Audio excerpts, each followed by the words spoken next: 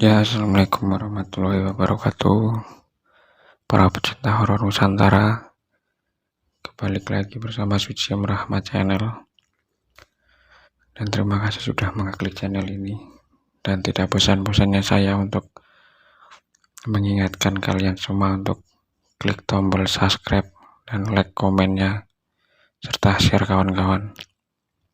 Dan kali ini saya mau melanjutkan cerita dari Bedong Mayit part 2. Dan tak perlu menunggu lama, kita langsung saja mulai ceritanya. 13 hari sudah berlalu sejak meninggalnya Mbah Gajul. Darwis masih dibayangi oleh rasa bersalahnya. Apalagi 3 hari terakhir ini, desas-desus mulai tersebar di seluruh desa Turi tentang banyak rumah-rumah warga yang sering diketuk-ketuk saat tengah malam. Ada asumsi liar yang berhembus bahwa ketukan itu adalah ketukan dari arwah Mbah Gajul yang tali pocongnya lupa dibuka. Ndak mungkin. Saya ini ikut menurunkan sewangi almarhum Mbah Gajul loh. Kalian lahat. Saya juga ingat kalau Pak Kaum sudah membuka tali itu. Sangkal Parmin, sang penggali makam, dalam obrolan sore di kedai kopi pinggir desa Turi. Oalah, jadi semua ini ada penyebabnya. Apa mungkin itu adalah cekalan pegangan Mbah Gajul yang menyerumbul lepas karena majikan sudah meninggal? Tanggap salah seorang lainnya di kedai kopi itu. Yang kembali Parmin menjawab, bisa jadi, tapi entahlah.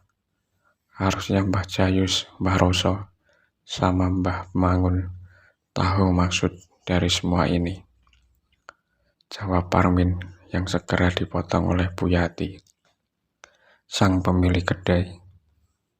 Wah, Mbok, tanyakan toh Kang Parmin ke mereka biar segera diatasi. Soalnya sejak Mbah Gajul meninggal, warung saya ini semakin sepi kalau malam, setelah Bu Yati sore itu. Ya Mbak Yu, sudah sejak 3 hari lalu. Saya juga sowan ke sana. Tapi beliau-beliau, Mbah Jayus, Mbah Roso, Mbah Mangun, ini lagi pada sakit semua.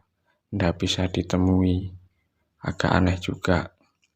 Katanya para sesepuh ini sudah sakit sejak sehari setelah Mbah Gajul meninggal, ucap Parmin seraya menyesap kopinya.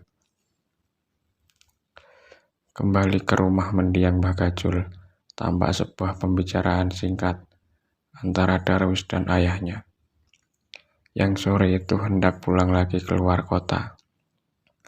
Yakin kamu, Le, mau tinggal di sini sendiri? Ikut Bapak saja toh. Nanti akan Bapak siapkan kamar di sana, tawar Pak Dirja kepada Darwis saat itu. Ndak dululah Pak, mungkin besok setelah 40 hari Mbah Kakung. Itu pun kalau Darwis karep, tolak tanpa memberikan alasan yang jelas. Ayahnya tidak heran dengan perangai Darwis. Ia seperti tahu kalau ada sesuatu yang tengah membebani anaknya itu. Hingga akhirnya Pak Dirja pun memancingnya dengan umpan yang sangat tepat. Kenapa memang, Le, kepikiran wasiat simbahmu? Ucap Pak Dirja yang seketika membuat Darwis terkejut. Loh, kok Bapak tahu? Jawab Darwis. Ya tahulah. Wong Bapak juga berkali-kali diberi wasiat itu kok. Bahkan dari Bapak masih seumuran kamu, jawab Pak Dirja yang semakin memancing beributannya di otak anaknya itu. Loh, kok Bapak enggak bilang? Berarti Bapak tahu di mana kain rombeng itu, Tanya Darwis lagi. Wah, ndak tahu kalau itu. Sudah toh, ndak usah dipikir. Sebuah wasiat itu boleh kita turuti, selama itu masuk akal. Dan orang aneh-anehi, tidak wajar. Kalau bedong mayat itu kan ngeri tole. Yang benar saja kita harus memasukkan itu ke dalam pusaran Mbah Kakung. Apa ndak menyalahi aturan agama? Kata Pak Dirja, yang sebenarnya menyiratkan kalau ada sebuah ketidakcocokan antara dirinya dengan mendiang Mbah Gajul. Oh begitu, tanggap Darwis singkat. Meski alasan Pak Dirja cukup masuk akal, sebenarnya di titik ini Darwis agak tidak setuju, apalagi jika berkaca pada kejadian ganjil yang tempo hari ia alami, yang sayangnya belum ia ceritakan kepada siapa-siapa. Bapak dengar tidak? Kalau belakangan ini, katanya banyak rumah tetangga kita yang diketuk-ketuk sama dedemit, kata Darwis, yang tiba-tiba merubah arah pembicaraannya, yang mana membuat ayahnya menanggapinya dengan sedikit tergagah. Hahaha, tahu-tahu ada juga orang yang sampai kepada Bapak, dan sudah Bapak klarifikasi juga. Hahaha, jawab Pak Dirja. Apanya yang diklarifikasi, Pak? Tanya Darwis yang kurang memahami. Jadi itu toh, Mbah Narti Paring kemarin sempat nanya Bapak, apakah pas Mbah Kakung dikubur kemarin, tali pocongnya sudah dilepas, apa belum? Orang-orang itu menyangka ketukan itu adalah arwah Mbah Kakung yang meminta tali pocongnya untuk dilepas. Hahaha, sudah gila kan? Lawang Bapak ini juga ikut membopong Simbah turun ke liang lahat kok. Dan melihat juga kalau Pak Kaum sudah melepas tali itu. Hahaha, beginilah orang-orang turi ini. Sedikit-sedikit tahayul, tanggap Pak Dirja, yang membuat Darwis anaknya mengangguk-anggukkan kepalanya. Lagi pula, kalau ketukan itu benar-benar terjadi, kenapa selama ini kita mendengarnya di rumah ini? Sudahlah, Bapak yakin itu hanya isu yang sengaja disebarkan oleh orang-orang yang tidak bertanggung jawab. Tukas Pak Dirja, yang cukup membuat Darwis sedikit terpengaruh. Betul juga ya Pak. Tapi sepertinya paling tidak saya harus di rumah ini Pak. Paling tidak sampai 40 harinya Mbah Kakung. Saya takut kalau kita nanti malah jadi bahan gunjingan, kata Darwis yang mengembalikan topik awal pembicaraan. Oh iya Le, bener-bener nanti pas 40 hari Bapak juga kesini lagi kok. Tapi yakin kamu ndak kesepian di rumah ini sendirian, ucap Pak Dirja. Beranilah Pak, kalau kesepian paling saya nyuruh Pak Ijo buat nemenin saya tidur di sini, jawab Darwis, yang mengatakan masih ada Pak Ijo, sahabatnya yang nanti bisa menemaninya di rumah ini. Pembicaraan itu pun usai bersamaan dengan mobil jemputan Pak Dirja yang sudah menunggu di depan rumah Dirja. Pak Dirja pun berangkat lagi keluar kota untuk mengurusi pekerjaannya dan berjanji kepada Darwis kalau ia akan kembali lagi ke Turi nanti saat acara 40 harian Mbah Gajul. Sore pun berganti malam. Tampak di kediaman Mbah Jayus tengah terjadi pembicaraan yang cukup serius antara Mbah Jayus, istrinya, dan seorang nenek 70 tahunan yang bernama Mbah Pik. Beliau adalah dukun beranak sekaligus ahli suwuk dari desa sebelah. Malam itu Mbah Pik baru saja selesai mengobati Mbah Jayus, yang konon sakitnya sekira hampir 2 minggu ini dikarenakan oleh sawan pati, yaitu penyakit sawan yang disebabkan oleh aura negatif dari orang yang meninggal.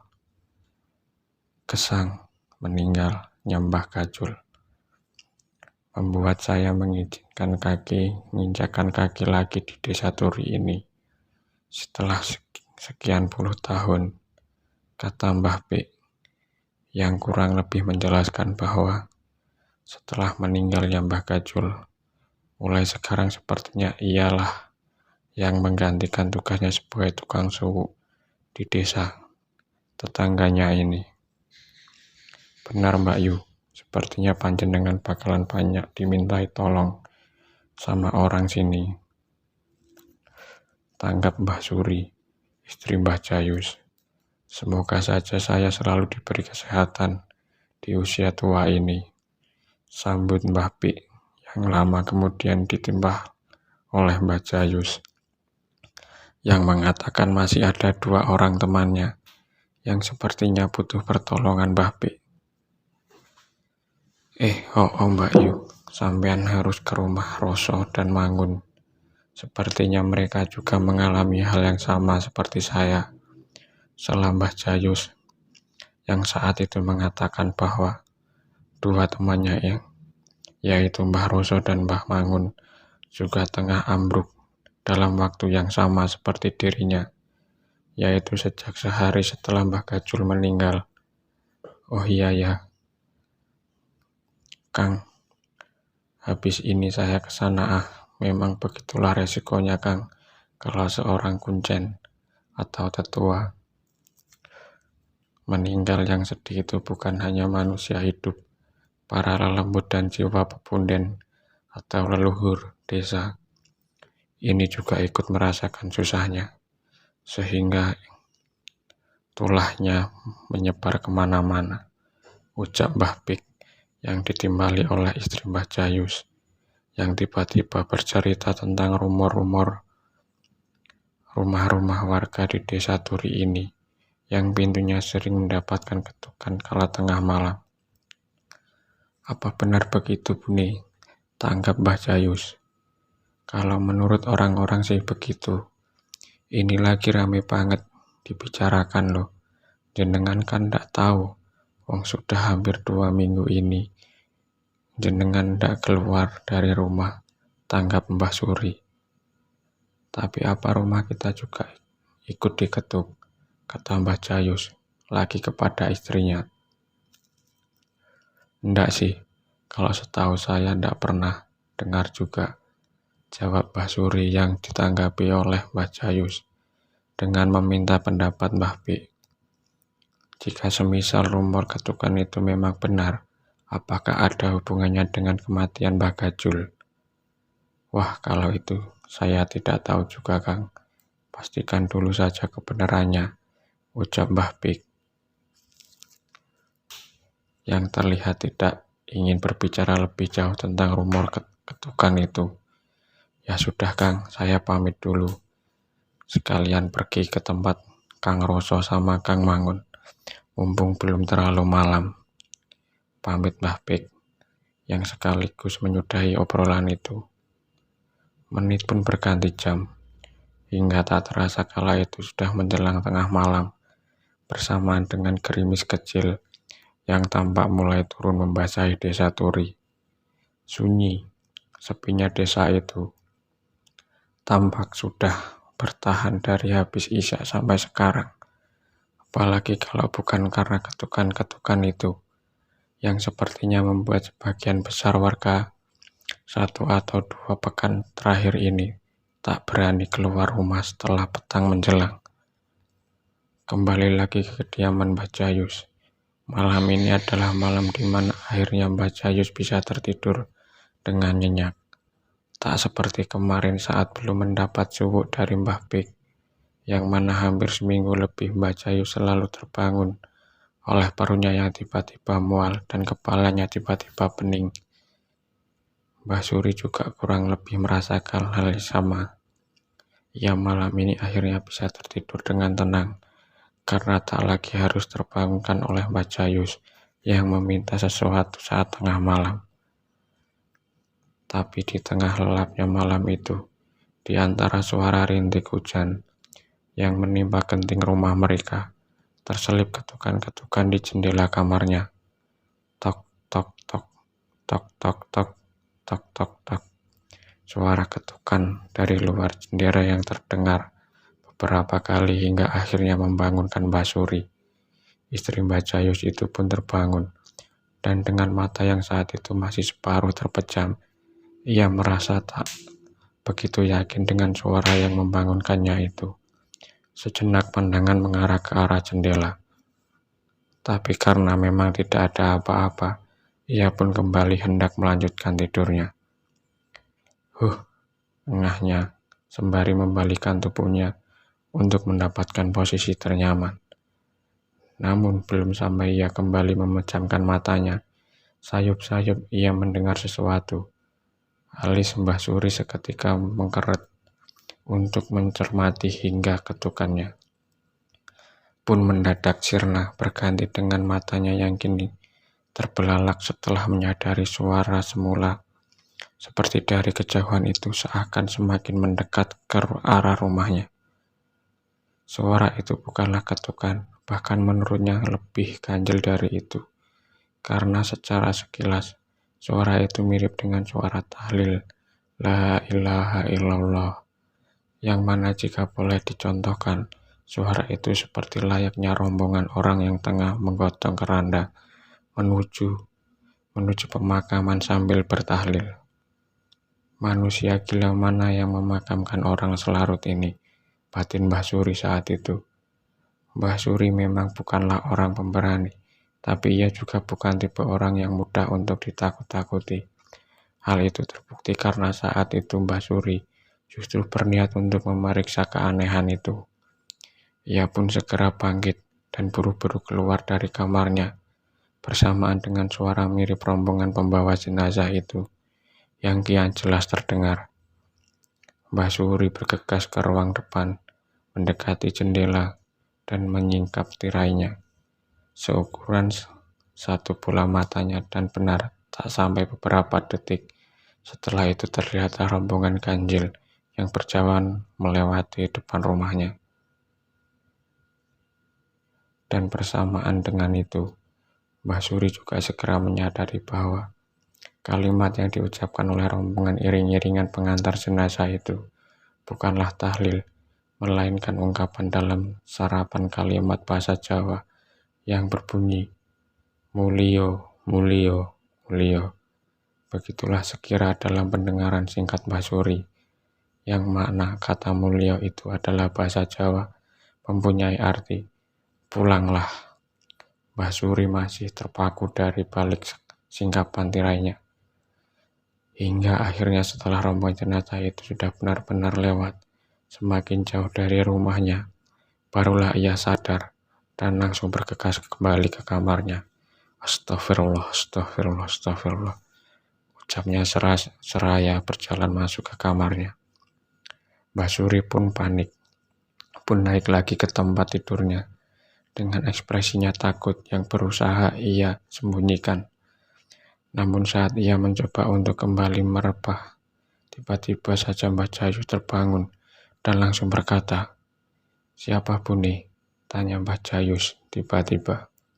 Yang membuat Mbah Suri tengah gugup ini cukup terkejut. Astagfirullah, anu Pak, tanggap Mbah Suri yang tentu belum siap merangkai kata-katanya. Karena melihat suaminya yang tiba-tiba terbangun, entah apa yang melatar belakangi pertanyaan Mbah Jayus itu. Yang jelas saat itu, ia seperti paham dan mengerti kalau istrinya baru saja mengalami ketidakwajaran. Hingga ia pun kembali mengulangi pertanyaannya. "Siapa Buni? Sampean ini lihat apa?" tanya Mbah Jayus lagi. Hingga tak lama setelah itu, akhirnya Mbah Suri pun menjelaskan bahwa ia baru saja melihat hantu pengiring jenazah yang dikenal juga dengan sebutan Kromo Leo itu lewat jalan depan rumah mereka. Kromo Leo, Pak, tadi mereka lewat depan rumah kita, kata Mbah Suri. Kromo Leo digambarkan sebagai rombongan pengiring jenazah, seperti layaknya lampor. Kromo Leo disebut-sebut pertanda datangnya musibah apabila melewati dan berhenti di sebuah wilayah atau desa. Mbah Cahayu tertegun mendengar jawaban dari istrinya itu. Ia terlihat menarik nafas panjang, sembari berulang kali mengusap wajahnya. Pikiran Mbah Cahayu seketika langsung tertuju kepada Darwis. Ia menduga kuat kalau cucu Mbah Gajul itu tidak benar-benar menjalankan wasiatnya. Harusnya saya tahu kalau dari awal si Darwis itu memang tidak menganggap serius wasiat dari Kang Gajul, kata Mbah Cahayu. Tak lama setelah itu, Mbah Suri segera paham apa yang baru saja diungkapkan oleh Mbah Cahayu.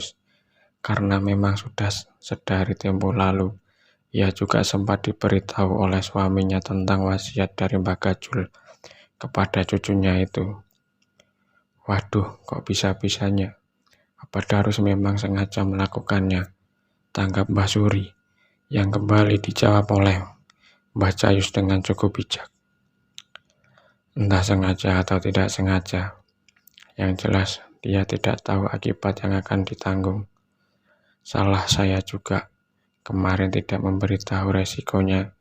Gajul memang sudah mewasiatkan itu berulang kali, tapi menurut Darwis, kakeknya itu berbicara tentang wasiat itu hampir 3 tahun yang lalu, ketika Gajul sendiri juga masih sehat, dan ditambah lagi bedong mayat itu malah hilang, kata Mbah Cahayu, yang setelah itu kembali mengatakan kalau sudah terlanjur.